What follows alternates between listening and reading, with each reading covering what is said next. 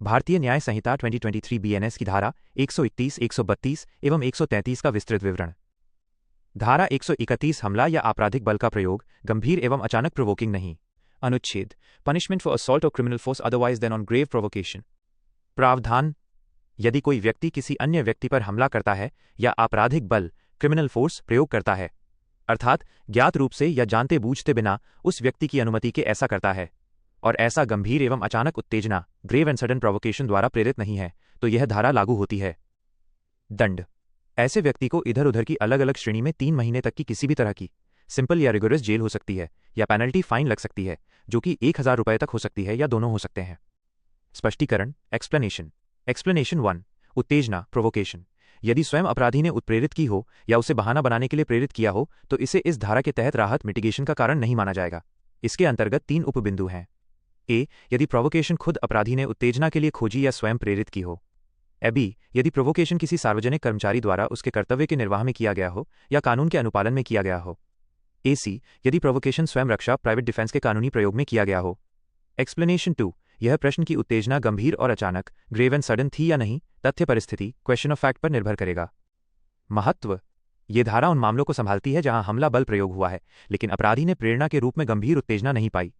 यह कम दंड वर्गीय धारा है, उच्चतम 3 महीने जेल, इसलिए यह समझना महत्वपूर्ण है कि यह औसत हमला बल प्रयोग असॉल्ट क्रिमिनल फोर्स के लिए है। उदाहरण मान लीजिए ए ने बी के साथ सामान्य झगड़े में अचानक धक्का मुक्की की। यदि बी की ओर से गंभीर और अचानक उत्तेजना का दायित्व नहीं है तो धारा 131 लागू हो सकती है।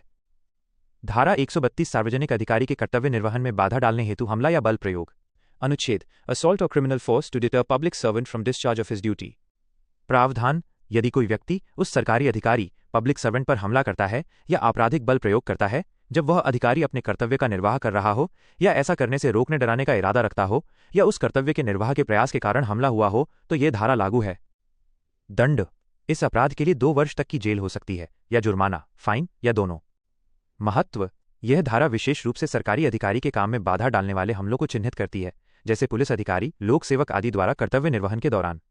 इससे यह संदेश जाता है कि सिर्फ व्यक्तिगत हमला ही नहीं बल्कि कर्तव्य निर्वाह में लगे अधिकारी को डराना या रोकना भी अपराध है। उदाहरण मान लीजिए पुलिस अधिकारी पब्लिक सर्वेंट कानून के अनुरूप कार्य कर रहा हो और किसी ने उसे धमकाया, गाली दी या हाथ पांव से हमला किया ताकि वो कार्य न कर सके तो धारा 132 के अंतर्गत मामला चलेगा। धारा 133 व्यक्ति का अपमान करने की मंशा से हमला बल प्रयोग गंभीर उत्तेजना के अभाव में। अनुच्छेद assault of criminal force with intent to dishonour person otherwise then on grave provocation. प्रावधान यदि कोई व्यक्ति किसी अन्य व्यक्ति पर हमला करता है या आपराधिक बल प्रयोग करता है उस मंशा से कि दूसरे व्यक्ति का अपमान डिसऑनर हो और यह नहीं किया गया हो गंभीर एवं अचानक उत्तेजना ग्रेव एंड सडन प्रोवोकेशन द्वारा, तो यह धारा लागू होती है। दंड इस अपराध के लिए 2 वर्ष तक जेल या जुर्माना या दोनों हो सकते हैं। महत्व यहां मुख्य बिंदु मंशा इंटेंट है।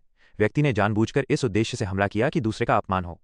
यह धारा 131 से अलग है क्योंकि वहां सामान्य हमला बल प्रयोग था, यहां इरादा अपमान डिसऑनर करना है, और धारा 133 में गंभीर उत्तेजना होने की स्थिति को समाप्त करने वाला है, अर्थात यदि उत्तेजना थी तो यह धारा नहीं लागू होगी।